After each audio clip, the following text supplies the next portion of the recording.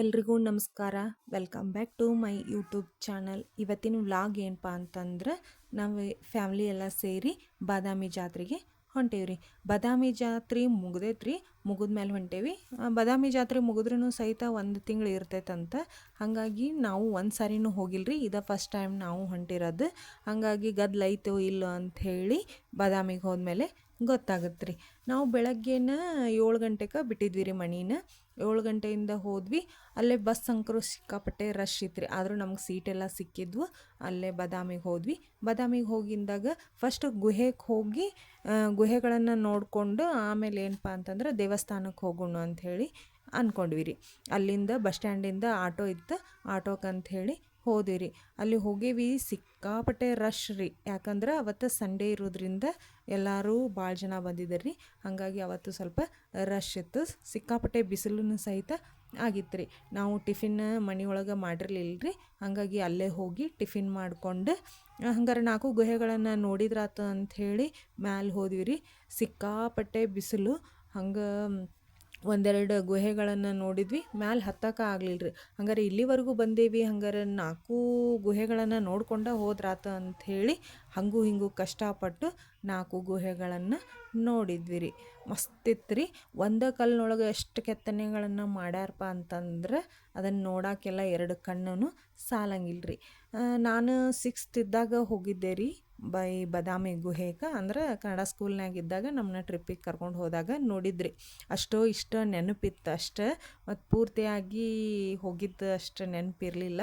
ಇವಾಗ ಮತ್ತೊಂದು ಸಾರಿ ಹೋಗಿದ್ದು, ಇದು ಸೆಕೆಂಡ್ ಟೈಮ್ ರೀ ನಾವು ಹೋಗಿದ್ದು. ಅದನ್ನೆಲ್ಲ ನೋಡಿ ಭಾಳ ಖುಷಿ ಆಯ್ತು ರೀ. ಆಮೇಲೆ ಈ ಗುಹೆಗಳನ್ನು ನೋಡ್ಕೊಂಡು ಹೋದಾದಮೇಲೆ ನಾವು ಬಾದಾಮಿ ಜಾತ್ರೆ ಅಂದ್ರೆ ಬನಶಂಕರಿ ದೇವಸ್ಥಾನಕ್ಕೆ ಹೋದ್ರಾತ ಅಂಥೇಳಿ ಹೋದ್ವಿ ರೀ. ಅಲ್ಲಿ ಹೋಗ್ತೇವೆ, ಅಲ್ಲಿನೂ ಸಿಕ್ಕಾಪಟ್ಟೆ ರಶ್ ರೀ. ಯಾಕಪ್ಪ ಅಂತಂದ್ರೆ ಅವತ್ತು ಸಂಡೇ ಆಗಿರೋದ್ರಿಂದ ವೀಕೆಂಡ್ ಇರುತ್ತೆ, ಎಲ್ಲರೂ ಸಹಿತ ಜಾತ್ರೆಗೆ ಬರೋರ ಅಂಥ ಗದ್ದಲದೊಳಗೆ ಸಹಿತ ನಾವು ಕೂಡ ಹೋದ್ವಿ.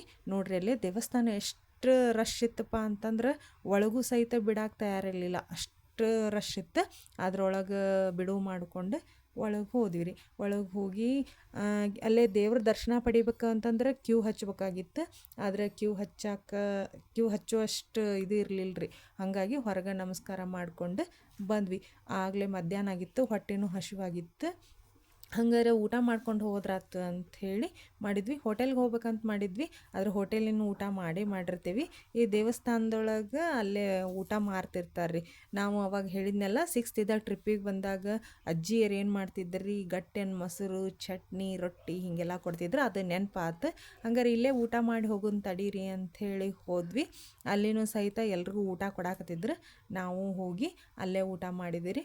ಊಟನೂ ಮಸ್ತ್ ಇತ್ತು ರೀ. ಆಮೇಲೆ ಜಾತ್ರೆ ಒಳಗೆ ಏನಾರ ತೊಗೊಂಡ್ರಾತ ಅಂಥೇಳಿ ನೋಡಾಕತ್ತೇವಿ.